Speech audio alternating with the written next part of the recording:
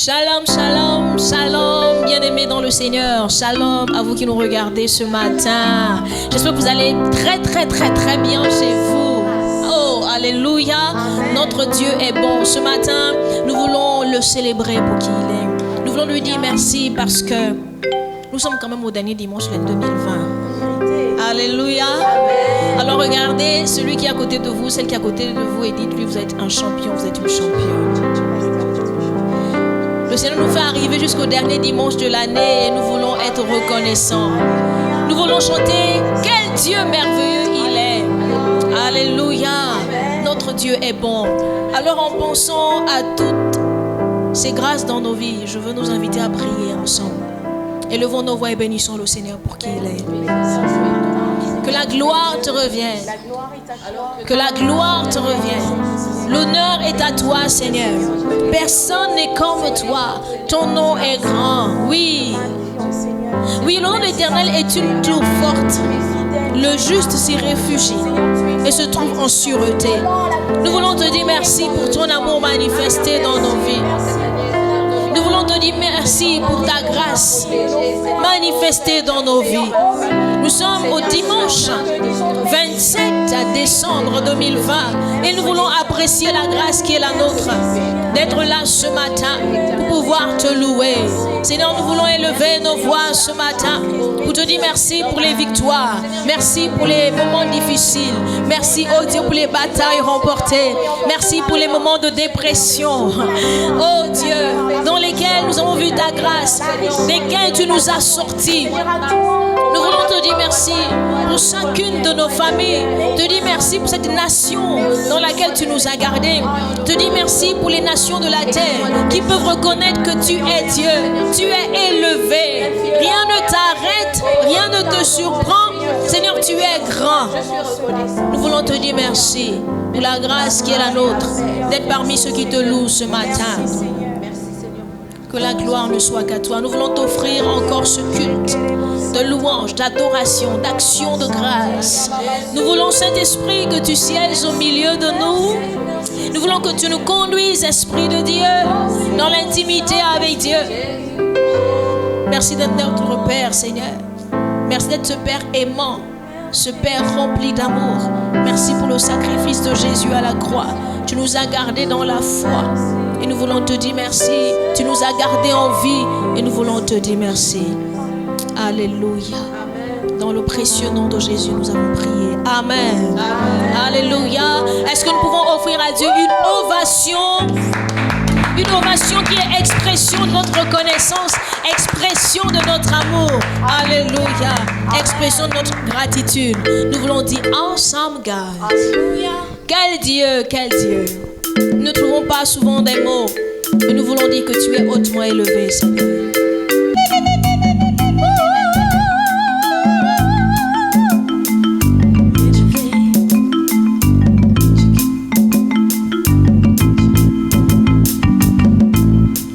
Awesome God, awesome God, mighty God, mighty God, awesome God, awesome God, mighty God, mighty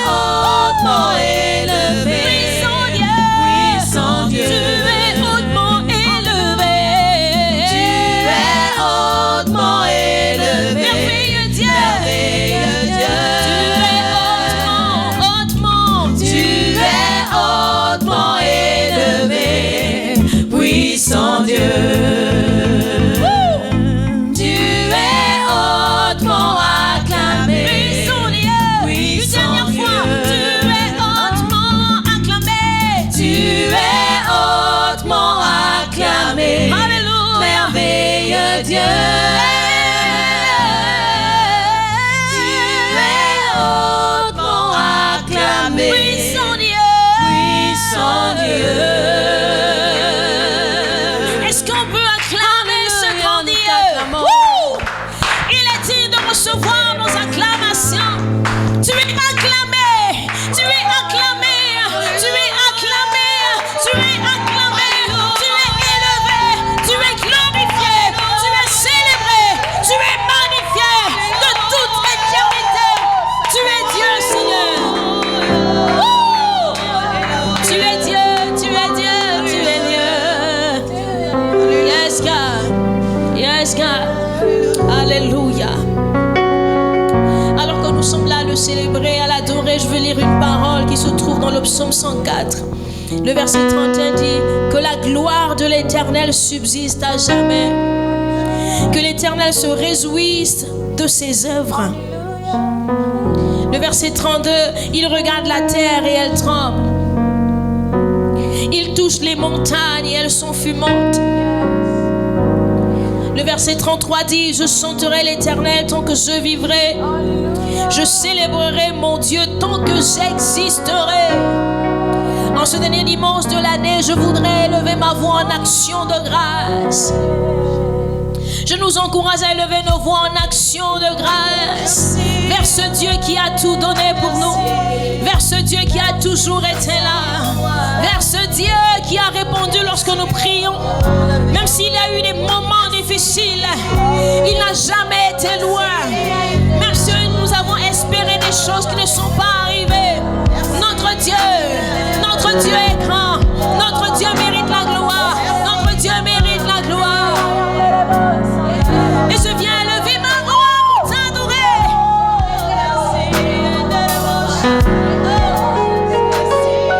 T'adorer. Je vis pour t'adorer, Seigneur. Merci. Oh, ton grand amour s'est manifesté. Qu'on s'est crié à toi, ton grand amour s'est manifesté. Qu'on s'est crié à toi, par reconnaissance pour tous tes bienfaits. Me voici, Seigneur, pour te consacrer ma vie entière. Tout ce qui est en moi, par reconnaissance pour tous tes bienfaits. Me voici, Seigneur, pour te consacrer ma vie entière. Tout ce qui est, disons son ton grand amour. Ton grand amour s'est manifesté. Quand j'ai crié à toi, Seigneur. Quand j'ai crié à toi, ton grand amour s'est manifesté. Quand j'ai crié Disons-le encore une fois, ton grand amour. ton grand amour s'est manifesté.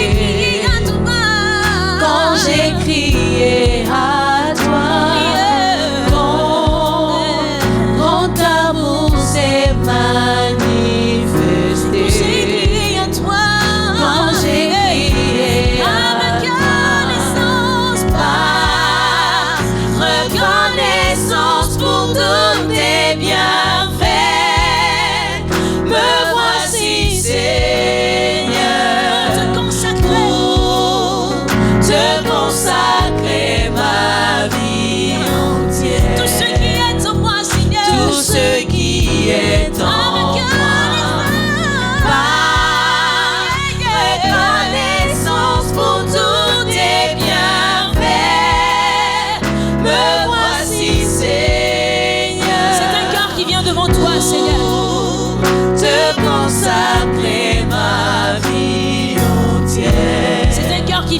toi, tout Seigneur. ce qui est en moi.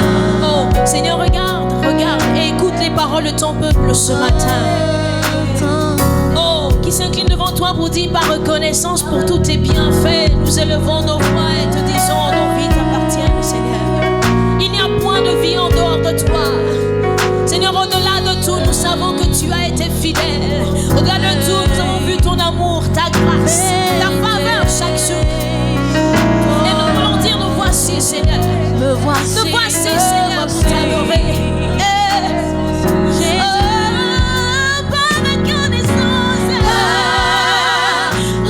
Reconnaissance pour tous tes bienfaits. Me voici, Seigneur, te consacrer ma vie Tout ce qui est en moi, tout ce que je suis, tout ce Seigneur. qui est Par en reconnaissance, reconnaissance pour tous tes bienfaits. Me voici, Seigneur, pour te consacrer ma vie entière. tout ce qui est en moi. Tout ce qui est en moi. Reconnaissance. Hey.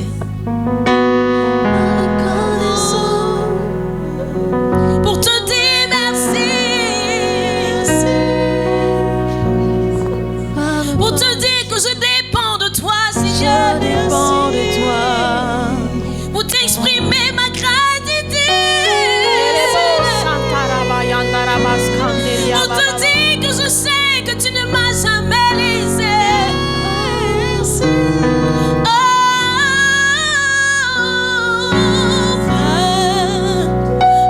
Reconnaissance pour tous tes bienfaits. Me voici, Seigneur, pour te consacrer ma vie entière. Tout ce qui est en moi. Reconnaissance pour tous tes bienfaits. Me Voici, Seigneur, Seigneur, pour te consacrer t'abandonner, te consacrer tout tout ce qui est en moi.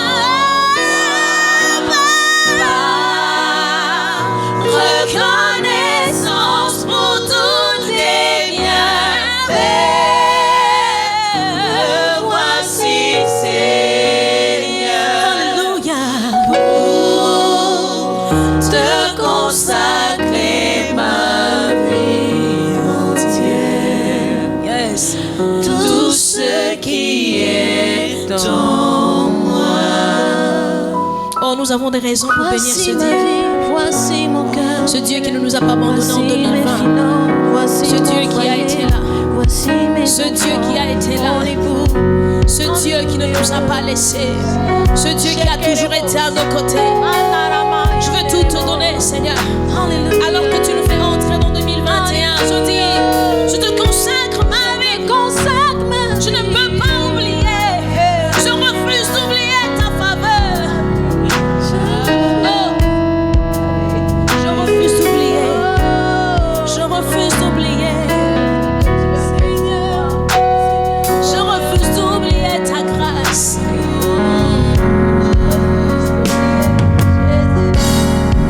Ce que tu as fait pour moi, je ne peux pas l'oublier. Ce que tu as fait pour moi, je ne peux pas l'oublier. Oh, ce que tu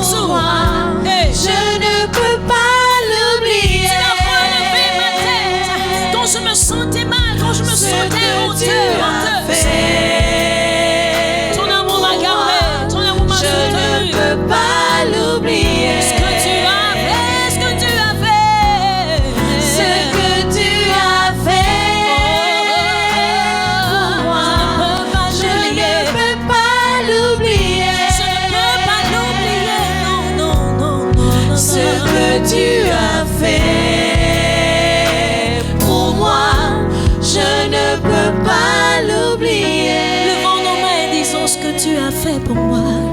Ce que tu as fait pour moi, je ne peux pas l'oublier.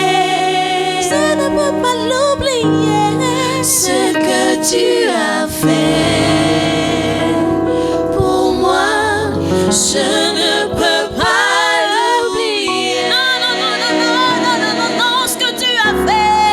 Ce que tu as fait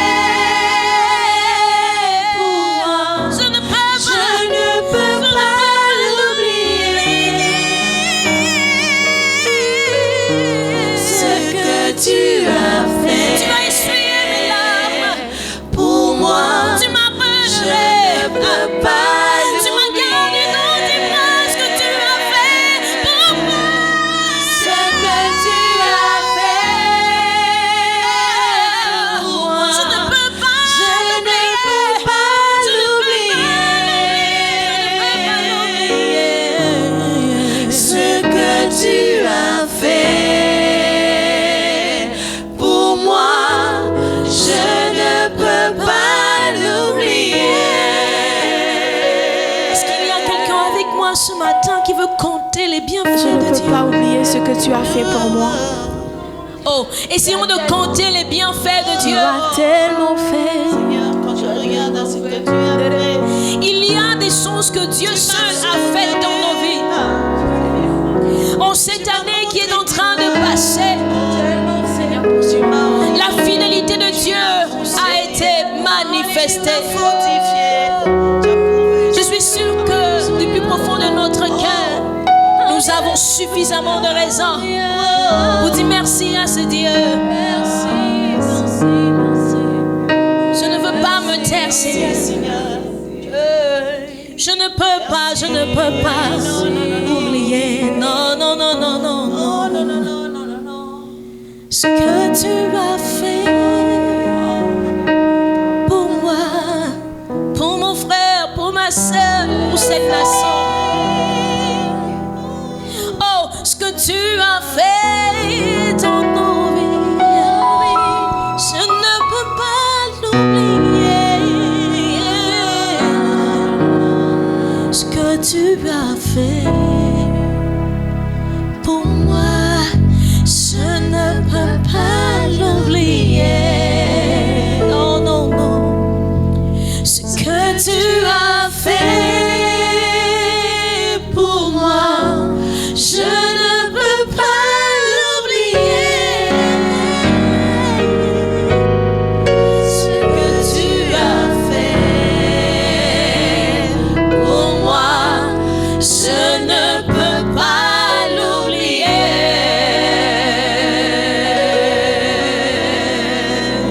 Alléluia.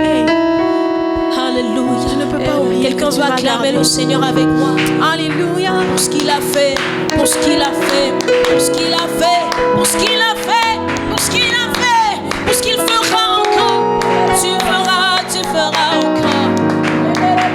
Je viens lever ton nom pour ce que tu as fait.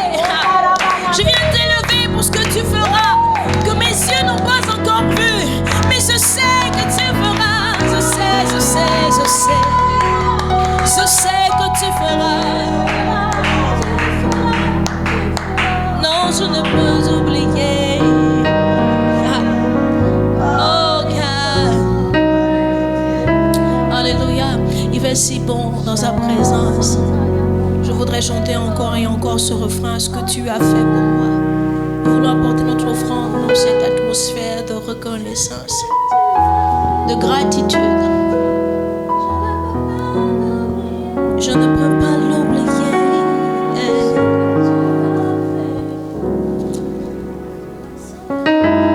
Oh, je suis sûre que un adorateur a un exemple. Je veux dire un souvenir, my God. Un adorateur a un souvenir de la bonté de Dieu en cette année 2020. Un souvenir de la bonté de Dieu manifestée en cette année. Comment ne pas louer et adorer ce Dieu lorsque les hommes nous tournent le dos? Il est à nos côtés. Alléluia.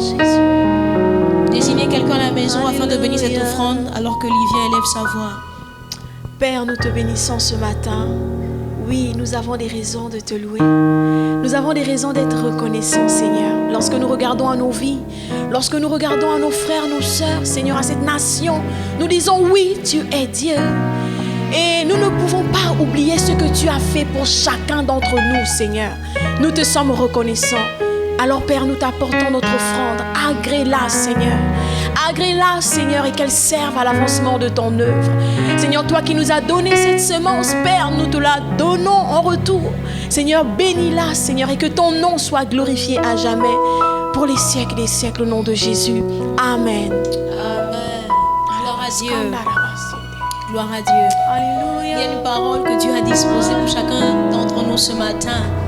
Une parole qui nous donne la force d'espérer que sa bonté n'est pas finie et qu'en 2021, nous allons voir de grandes choses encore parce que notre Dieu est grand. Alléluia.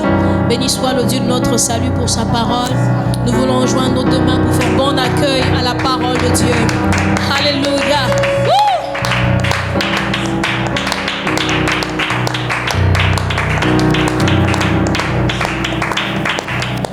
Gloire à Jésus, nous bénissons le Seigneur pour ces moments excellents de louange et d'adoration dans la présence de Dieu. Que le Seigneur vous bénisse abondamment, vous qui êtes connectés depuis ce matin avec nous et qui prenez part à ce culte. C'est un privilège de rendre culte à Dieu parce que c'est une grâce qui n'est pas accordée à tout le monde. Bien que ce soit la volonté de Dieu que tous les hommes soient sauvés, néanmoins, tout le monde n'est pas encore sauvé.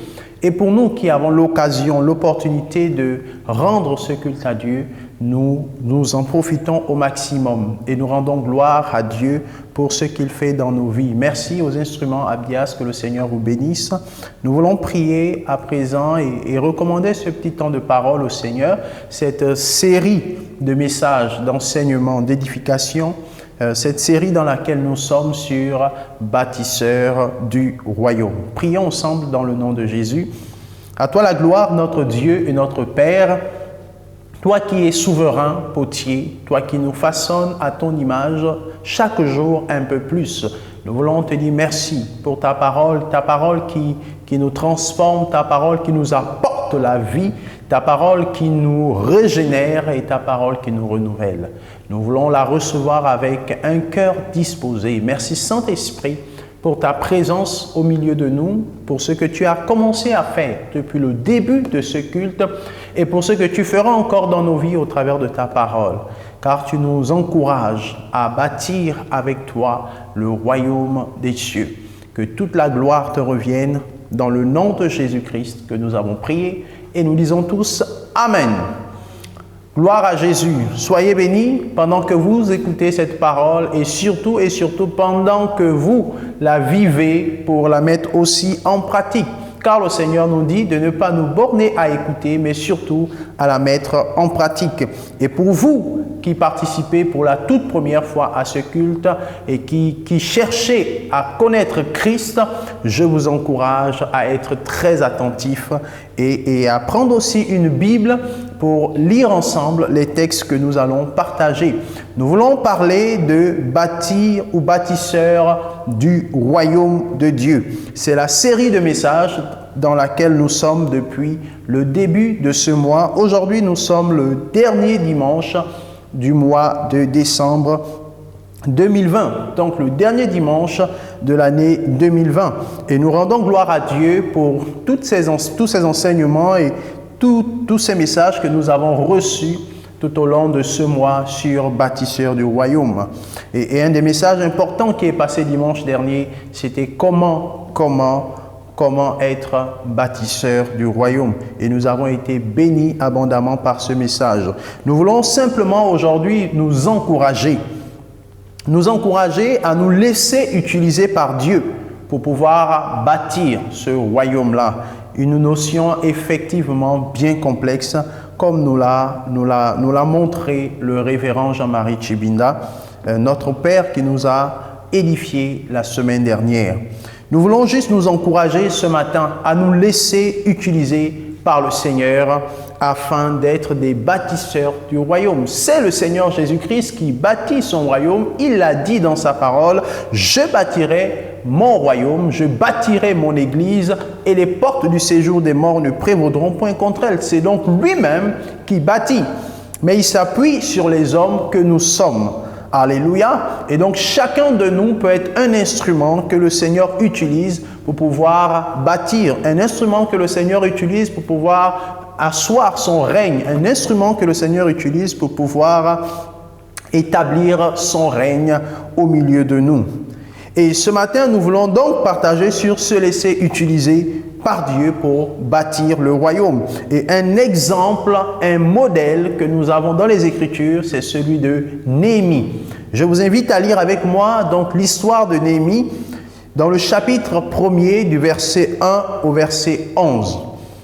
Une histoire qui nous enseigne beaucoup sur se laisser utiliser par Dieu pour bâtir le royaume, parce que Néhémie en est un des modèles parfaits. C'est un parfait exemple pour nous encourager à nous laisser utiliser par Dieu pour bâtir ce royaume.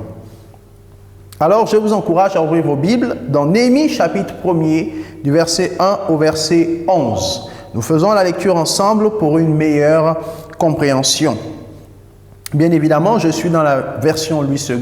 Quelle que soit la version que vous avez, nous lirons du verset 1 au verset 11. La Bible déclare, parole de Néhémie, fils de Hakalia, au mois de Kisle, la 20e année, comme j'étais à Suse, dans la capitale, Anani, l'un de mes frères, et quelques hommes arrivèrent de Juda. Je les questionnais au sujet des Juifs réchappés qui étaient restés de la captivité et au sujet de Jérusalem. Ils me répondirent, ceux qui sont restés de la captivité sont là dans la province, au comble du malheur et de l'opprobre. Les murailles de Jérusalem sont en ruine et ses portes sont consumées par le feu. Lorsque j'entendis ces choses, je m'assis, je pleurais et je fus plusieurs jours dans la désolation. Je jeûnais et je priais devant le Dieu des cieux. Et je dis, ô Éternel, Dieu des cieux, Dieu grand et redoutable, toi qui gardes ton alliance et qui fais miséricorde à ceux qui t'aiment et qui observent tes recommandations ou tes commandements, que ton oreille soit attentive et que tes yeux soient ouverts. Écoute la prière que ton serviteur t'adresse en ce moment, jour et nuit, pour tes serviteurs, les enfants d'Israël, en confessant les péchés des enfants d'Israël, nos péchés contre toi. Car moi et la maison de mon père, nous avons péché. Nous t'avons offensé et nous n'avons point observé les commandements, les lois et les ordonnances que tu prescrivis à Moïse, ton serviteur. Souviens-toi de cette parole que tu donnas ordre à Moïse, ton serviteur, de prononcer. Lorsque vous pécherez, je vous disperserai parmi les peuples. Mais si vous revenez à moi, et si vous observez mes commandements et les mettez en pratique, alors quand vous seriez exilés à l'extrémité du ciel, de là je vous rassemblerai et je vous ramènerai dans le lieu que j'ai choisi pour y faire résider mon nom. Ils sont tes serviteurs et ton peuple, que tu as racheté par ta grande puissance et par ta main forte. Ah Seigneur, que ton oreille soit attentive à la prière de ton serviteur et à la prière de tes serviteurs qui veulent craindre ton nom. Donne aujourd'hui du succès à ton serviteur et fais-lui trouver grâce devant cet homme. J'étais alors échanson du roi. Voici donc le premier chapitre de Néhémie qui introduit cette histoire merveilleuse dans laquelle nous trouvons un personnage, le personnage de Néhémie. Je vous encourage à lire tout le livre de Néhémie et en particulier les chapitres 4, chapitre 6. Pour quelle raison? Parce que dans ces chapitres-là en particulier, nous voyons l'œuvre que Néhémie est en train de bâtir avec les Israélites à Jérusalem. Alors, l'histoire est celle du peuple d'Israël qui a été emmené en déportation.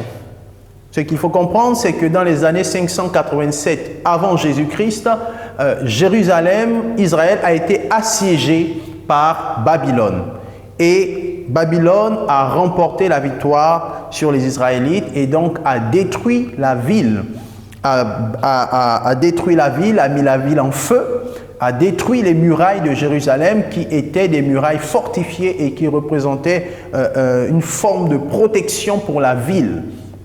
Et donc, le roi de Babylone a détruit Jérusalem, il a détruit également le temple de Jérusalem et il a emmené plusieurs Juifs en captivité à Babylone. Et c'est ainsi que quelques-uns seulement sont restés à Jérusalem. Quelques-uns seulement ont pu rester à Jérusalem, mais la majorité de la population a été déportée pour Babylone. Et c'est ainsi que Néhémie faisait partie des personnes qui ont été déportées à Babylone. Sauf que quelques années plus tard, ou peut-être 50 ans plus tard, à partir des années 530 avant Jésus, c'est un peu de l'histoire, mais c'est important de le savoir, à partir des années 530 avant Jésus, d'autres rois vont affronter Babylone et vont donc remporter la victoire. C'était ça le principe. Si tu affrontes un adversaire et que tu remportes la victoire, tu l'assièges, tu prends possession de ces lieux et c'est toi qui deviens le nouveau roi. C'est ainsi que Cyrus, après, va faire la guerre à Babylone et va remporter la victoire, va renverser le roi de Babylone qui était là. Et à partir de lui, plusieurs autres rois vont se succéder, mais ils vont avoir une politique beaucoup plus souple envers les Israélites. C'est ainsi que lorsqu'on arrive au roi Artaxerxès, on est déjà dans les années 400 avant Jésus, Néhémie va plutôt naître là-bas. Mais Néhémie va donc grandir et Néhémie va se retrouver à travailler à la cour de ce roi Artaxerxès. Et Néhémie sera donc échanson du roi. Et donc il y avait déjà une politique un peu plus souple envers les Israélites qui leur permettait de vivre convenablement en déportation et même d'occuper des fonctions assez particulières. C'est ainsi que Néhémie va se retrouver quand même dans une position privilégiée parce qu'il était à la cour du roi. Mais lorsque Néhémie reçoit des amis qui sont en visite, il leur pose la question de Jérusalem, notamment de savoir qu'est-ce qu'est devenu Jérusalem et les habitants qui sont restés à Jérusalem. Évidemment, tout le monde savait que Jérusalem avait été détruit et que c'était la ruine. C'est ainsi que les amis de Néhémie vont lui faire un rapport et en particulier Anani va lui dire que Jérusalem est toujours dans la ruine, dans les décombres et que les personnes qui y sont vraiment vivent toujours dans le malheur. Et c'est là où l'histoire devient intéressante parce que l'attitude de Néhémie va nous interpeller en tant qu'enfant de Dieu, en tant que chrétien, en tant que fils du royaume de Dieu, en tant que membre du corps de Christ. Néhémie va sentir au-dedans de lui une désolation. La Bible déclare qu'il s'est senti mal. Il dit « Je m'assis, je pleurais et je fus plusieurs jours dans la désolation. » Et ça a été ça l'état d'esprit de Néhémie. Il dit encore que je jeûnais et je priais devant le Dieu des cieux. Et le premier point que j'aimerais donc développer au travers de cette histoire, parce qu'il y en a 4 que j'aimerais développer, le premier point c'est donc l'état d'esprit qui a habité Néhémie, notamment celui de la désolation. Et c'est un état d'esprit qui devrait aussi nous habiter en tant qu'enfants de Dieu si véritablement nous avons le souci de bâtir l'œuvre de Dieu. Bâtir le royaume, être un bâtisseur du royaume, c'est en quelque sorte participer d'une manière ou d'une autre aussi avec les dons, les talents, les capacités que le Seigneur nous a reçus, indépendamment quelquefois des circonstances. C'est donc être capable de participer, de prendre une part active d'une manière ou d'une autre à l'œuvre de Dieu, quel que soit le domaine dans lequel on se trouve. En prenant part à l'œuvre de Dieu, en nous investissant, en nous-mêmes aussi, en développant ce que le Seigneur a mis en nous pour le mettre à profit de l'Église ou alors d'une mission particulière que le Seigneur nous a confiée, nous participons à bâtir le royaume de Dieu. En répandant la bonne nouvelle de l'Évangile auprès des personnes qui en ont besoin, nous participons à bâtir le royaume de Dieu. Et c'est ainsi que Néhémie va être habité par cet état d'esprit qui devrait nous habiter aussi, nous, en tant qu'enfants de Dieu. Lorsque nous sommes dans un contexte comme celui-là, nous sommes parfois loin de l'Église. Et comme c'est le cas depuis un certain temps, depuis cette période de confinement, nous sommes loin et nous ne sommes pas préoccupés par la situation de l'Église. Nous sommes dans nos domiciles, nous allons au travail, nous allons en famille, visiter des personnes, participer à des événements familiaux. Cependant, nous mettons dans une position où nous ne nous soucions pas de l'œuvre de Dieu et de l'avancement de l'œuvre de Dieu. C'est contraire à l'attitude de Néhémie. Néhémie est un exemple que la Bible nous donne pour nous dire que lorsque l'Église ou lorsque l'œuvre de Dieu est en difficulté, en tant qu'enfants de Dieu, nous ne pouvons pas nous complaire dans notre position ou alors nous ne pouvons pas simplement rester les bras croisés. Non, cela fait partie intégrante de nous.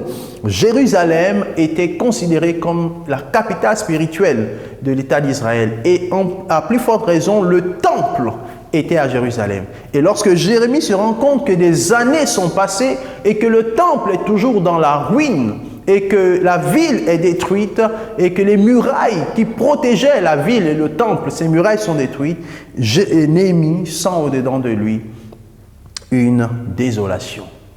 Et c'est une manière pour le Seigneur de l'interpeller aussi à utiliser les grâces qui étaient en sa possession pour pouvoir restaurer Jérusalem, restaurer les murailles, restaurer la ville. Et donc ce premier point nous montre en réalité qu'en tant qu'enfant de Dieu, en tant que bâtisseur du royaume, chaque fois que l'œuvre de Dieu se trouve en difficulté, notre cœur ne devrait pas s'en éloigner, mais au contraire se rapprocher pour pouvoir faire avancer cette œuvre et participer d'une manière active. Le deuxième point qui rejoint le premier, c'est le fait que Néhémie, malgré sa position d'échanson du roi, a décidé de quitter sa zone de confort pour aller bâtir Jérusalem. Bien-aimés, nous voyons là un attachement assez fort au principe que Néhémie avait reçu. Un attachement assez puissant parce que quitter sa position de chanson du roi, demander au roi la possibilité et même pas seulement quitter, il a demandé également un accompagnement et il a eu l'accompagnement qu'il fallait. Il a été escorté, il a eu des matériaux pour pouvoir rebâtir les murailles de Jérusalem, le temple et la ville. Et cette position que Néhémie occupait était une haute fonction. Quoiqu'il était serviteur, mais c'était une fonction qui n'était pas accordée à n'importe qui. Et Néhémie a donc décidé de quitter sa zone de confort pour pouvoir bâtir la maison de Dieu. Et je voudrais nous encourager. Et lorsque nous avons, pendant un certain temps, pris aussi une certaine marge de confort, il est parfois difficile de sortir de ce confort-là. Mais pourtant, l'œuvre de Dieu nous appelle à sortir de notre zone de confort pour pouvoir s'en occuper. Les dons, les talents, les grâces que le Seigneur nous donne, c'est pour pouvoir bâtir. Ce n'est pas pour nous complaire, c'est pour pouvoir bâtir. Et bâtir, c'est vraiment mettre à la disposition de Dieu ce que Dieu même nous a donné, en réalité. Et c'est ce que Néhémie a fait. C'est par la grâce de Dieu que Néhémie a occupé cette fonction qui lui a permis d'être proche au contact du roi. Et c'est aussi par la grâce de Dieu que Néhémie a su prendre la bonne décision. Bien-aimés, si nous nous abandonnons à Dieu, nous saurons prendre la bonne décision et nous saurons comment quitter notre zone de confort pour pouvoir accomplir l'œuvre de Dieu. Alléluia. Je vous encourage au travers de ce texte à quitter votre zone de confort, à retrouver votre force et votre ardeur que vous aviez auparavant. Peut-être que cette période de longue attente, peut-être que cette période de confinement vous a fragilisé d'une certaine manière ou d'une autre, ou alors vous a donné d'avoir des habitudes, parce que le corps aussi prend des habitudes. Lorsque vous habituez le corps à s'asseoir sur cette chaise, ce sera un réflexe. À n'importe quel moment, le corps aura envie de s'asseoir. Mais lorsque vous vous rendez compte qu'il y a plus important, la bonne attitude est d'accepter de sortir de sa zone de confort pour pouvoir accomplir l'œuvre de Dieu. Le troisième point que nous abordons, c'est Dieu même bâtit son œuvre. Nous le disions déjà tout à l'heure et nous le voyons encore au travers de Néhémie. Dans la prière de Néhémie, il y a un point important qui a attiré mon attention et que j'aimerais parler avec vous. Néhémie, lorsqu'il se met à prier, il rappelle à Dieu quelque chose. Au verset 8, précisément du chapitre 1er, il dit « Souviens-toi de cette parole que tu as, ou alors que tu donnas ordre à Moïse, ton serviteur, de prononcer. » Il dit « Lorsque vous pécherez, je vous disperserai parmi les peuples, mais si vous revenez à moi, et si vous observez mes commandements et les mettez en pratique, alors quand vous serez exilés, à l'extrémité du ciel, ça veut dire quel que soit l'endroit où vous serez, de là je vous rassemblerai et je vous ramènerai dans le lieu que j'ai choisi pour y faire résider mon nom. Et c'est ce que Néhémie rappelle à Dieu. Néhémie rappelle à Dieu que Dieu lui-même avait dit qu'il peut y avoir des circonstances qui font en sorte que nous soyons dispersés sur la face de la terre. Mais Dieu fait la promesse, et Néhémie rappelle cette promesse à Dieu en disant que toi-même tu as dit que si nous nous repentons et si nous mettons à pratiquer tes commandements, même si nous sommes dispersés aux extrémités du ciel, tu nous rassembleras de partout. C'est une promesse que Dieu avait faite. Mais cette promesse traduit véritablement l'état d'esprit de Dieu, le plan de Dieu. Le but de Dieu n'est pas que nous soyons dispersés. Non. Dieu peut permettre la dispersion pour un temps. Mais son but ultime, c'est de rassembler. Le plan de Dieu n'est pas de disperser. Le plan de Dieu est de rassembler. L'ennemi, par contre, disperse pour affaiblir. Parce que réunis, parce que rassemblés, nous sommes forts. L'ennemi, par contre, favorise ou alors promeut la dispersion pour affaiblir. Mais Dieu, c'est le rassemblement. Ce n'est pas la dispersion. Ce n'est pas Dieu, ce n'est pas de Dieu que le numérique. Ça, c'est pour prendre un exemple.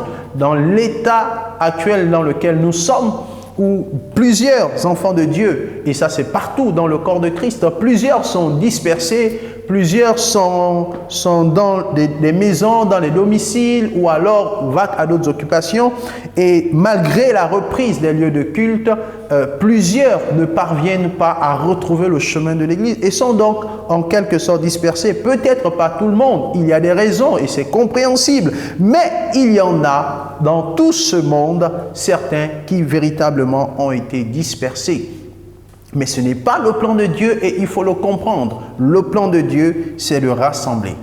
Il est vrai que cette situation aujourd'hui nous a permis, nous parlons de cette pandémie bien évidemment, nous a permis de tous développer davantage les aspects numériques, les prédications en ligne, et nous bénissons le Seigneur pour la grâce qu'il nous a donnée pendant ces temps de nous mettre également en ligne, comme le font déjà quelques-uns depuis longtemps. Mais nous ne devons pas oublier que le numérique ne peut pas remplacer le contact physique.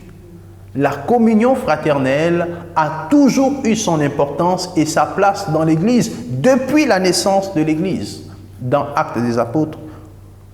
Depuis cette naissance, la communion fraternelle est au cœur de la vie chrétienne.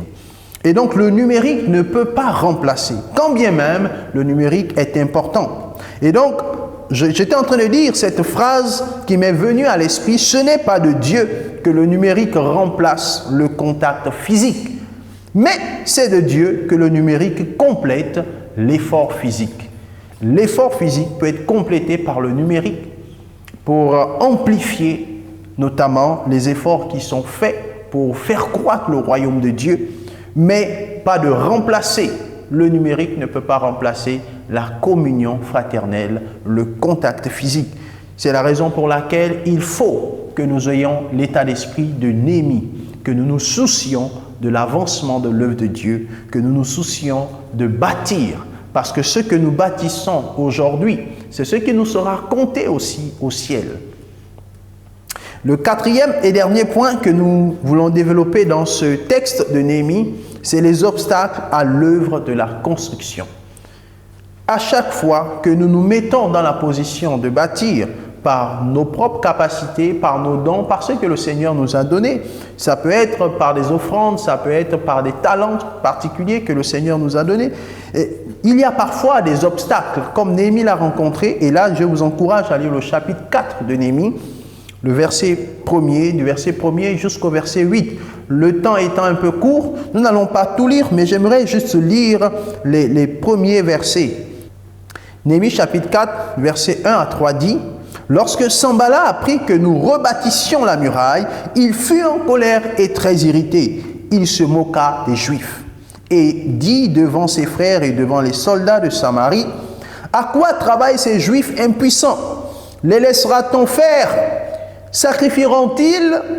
Vont-ils achever? Redonneront-ils vie à des pierres ensevelies sous des monceaux de poussière et consumées par le feu? » Tobija l'ammonite était à côté de lui et il dit qu'ils bâtissent seulement. Si un renard s'élance, il renversera leurs murailles de pierre.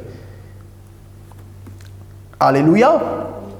Ça c'est donc du verset 1 au verset 3, mais je vous encourage à lire au moins jusqu'au verset 8 dans vos domiciles et peut-être plus si le temps vous le permet. Et donc on voit qu'il y a des acteurs qui rentrent en scène, notamment Sanballat et Tobija, qui sont les adversaires directs de Néhémie et qui veulent empêcher l'œuvre de bâtir, l'œuvre de la reconstruction de la muraille que Néhémie a engagée avec ses amis, avec ses frères juifs. Et ce n'est qu'en lisant donc les autres chapitres, comme je le disais, 4, 5 et 6, que vous comprenez bien le contexte de l'opposition qui va avoir lieu par la suite entre Sanballat et Tobija et de l'autre côté les Juifs qui rebâtissaient la muraille. Il se trouve simplement que certains n'aiment pas voir d'autres bâtir. Et ça, c'est l'œuvre de l'ennemi parce que la Bible nous dit que nous n'avons pas à lutter contre la chair et le sang, mais contre les dominations, contre les principautés. Et donc, il faut qu'on associe la prière et que la prière soit toujours notre arme principale parce qu'il y a toujours des obstacles, il y a toujours des oppositions, il y a parfois des oppressions pour empêcher de bâtir. Et ça, Néhémie l'a rencontré, mais par la grâce de Dieu, Néhémie l'a surmonté. Et l'attitude de Néhémie est très importante parce que quelquefois, lorsque nous sommes dans des situations semblables où nous rencontrons des oppositions, nous avons tendance à oublier l'objectif pour lequel nous nous sommes levés pour bâtir, l'objectif pour lequel nous nous sommes levés pour accomplir. Nous avons tendance à oublier cet objectif et à vouloir nous concentrer sur l'adversaire. Non, le but de l'adversaire, c'est de nous empêcher d'atteindre l'objectif. Et donc, si nous nous concentrons sur l'adversaire et nous ne poursuivons plus l'objectif, à partir de ce moment, l'adversaire gagne le combat. Parce que son objectif, c'est de nous empêcher d'atteindre l'objectif que nous nous sommes fixés. Or, notre objectif à nous, c'est de faire quelque chose que nous avons résolu de faire et qui participe à bâtir le royaume. Et donc, le plus important pour nous, c'est la capacité à rester concentré et focalisé sur le Seigneur pour pouvoir atteindre l'objectif, quel que soit ce que l'adversaire peut faire. Et ne pas concentrer toute notre énergie sur l'adversaire, bien qu'il faut que la prière soit notre arme principale, mais le Seigneur voudrait qu'on se focalise sur lui pour ne pas arrêter d'avancer, pour ne pas arrêter de progresser, pour ne pas arrêter de prospérer. Oui, il y a un adversaire qu'on a appelé la COVID-19 qui vient empêcher certaines choses, qui vient mettre en difficulté plusieurs fonctionnements dans les administrations, dans les églises et partout ailleurs. Mais en tant qu'enfant de Dieu, l'adversaire ne doit pas nous empêcher définitivement de poursuivre nos objectifs. quel que soit le temps que cela prend, nous devons continuer à développer notre état d'esprit de bâtisseur du royaume pour pouvoir poursuivre les objectifs que le Seigneur nous a assignés. Alléluia. Que le Seigneur nous bénisse. J'aimerais terminer en nous rappelant que nous avons très peu de temps. Nous sommes tous passagers. Nous devons vivre pour une cause parce que nous avons très peu de temps ici-bas. Nous avons très peu de temps ici-bas. Bien que nous avons l'impression que le temps nous appartient, mais l'apôtre Paul disait déjà, rachetez le temps car les jours sont mauvais. Nous devons travailler pour racheter le temps car les jours sont mauvais. Nous devons donc vivre pour une cause et pas juste vivre comme tout le monde vit, sans but ni vision céleste, car il y a une vie après la mort. Nous devons avoir l'état d'esprit de Néhémie, bâtir. Parce que ce que nous bâtissons pour le Seigneur, c'est ce qui nous sera compté au ciel par le Seigneur.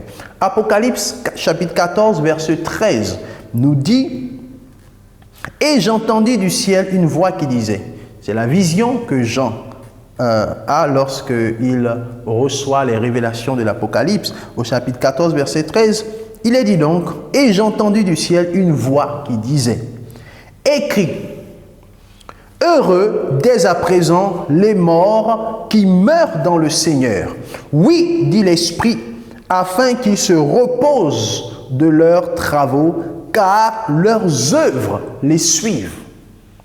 Bien-aimés, j'aimerais vous encourager à faire de ce texte vraiment une parole pour vous, une parole personnelle, et réaliser davantage que les œuvres que nous posons ici-bas, ces œuvres-là nous suivent. Ce ne sont pas les œuvres qui nous qualifient pour le royaume, mais les œuvres comptent pour nous récompenser dans le royaume. Et bien que nous ne dépendons donc pas des œuvres pour être sauvés, néanmoins les œuvres comptent pour avoir une récompense du Seigneur. Et c'est ce qui nous dit que heureux les morts dans le Seigneur, les morts qui se reposent de leurs travaux, car leurs œuvres les suivent.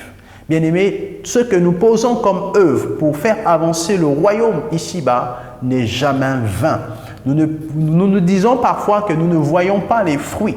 Bien-aimés, les fruits sont présents et Jésus l'a dit, que nous recevons dans le siècle-ci et nous recevons aussi dans le siècle à venir la vie éternelle.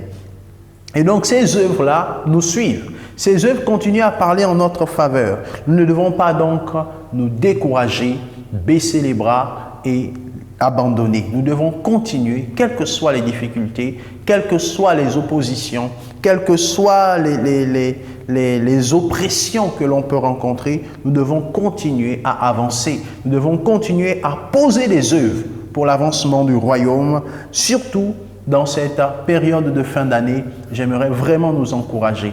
Nous sommes dans une période où chacun fait son bilan, où chacun fait sa rétrospection, fait une introspection. Qu'est-ce que j'ai pu faire de l'année? Quelles sont les œuvres que j'ai posées tout au long de l'année pour le Seigneur? Bien-aimés, il n'est jamais trop tard. Si durant l'année, nous n'avons pas pu poser les œuvres que nous aurions voulu poser, ou alors accomplir les œuvres que nous aurions voulu accomplir, j'aimerais nous encourager à adopter l'état d'esprit de Néhémie, qui était un véritable bâtisseur. Que le Seigneur nous bénisse donc tout au long de ces derniers jours de l'année 2020, que nous puissions entrer dans une nouvelle année en ayant à l'esprit que nous devons travailler à bâtir pour le Seigneur, parce que nos jours ici-bas sont comptés et ses œuvres parleront en notre faveur lorsque nous serons auprès du Seigneur. Que le Seigneur Tout-Puissant vous bénisse, qu'il vous accorde sa grâce et sa faveur, et que quel que soit ce que vous rencontrez comme difficulté, opposition ou oppression, je vous encourage à garder le cap comme Néhémie. Je vous encourage à développer l'état d'esprit de bâtisseur, ce que nous avons partagé tout au long de ce mois. Je vous encourage à soutenir aussi l'Église, et en particulier votre Église dans laquelle vous êtes, à ne pas vous désolidariser de l'Église et à reprendre les cultes. C'est très important pour la communion fraternelle, et à ne pas faire confiance uniquement au numérique. Que le Seigneur vous bénisse là où vous vous trouvez. Prions. pour rendre toute la gloire à Dieu après cette parole que le Saint-Esprit a mis dans nos cœurs. Seigneur, reçois toute la gloire dans le nom de Jésus.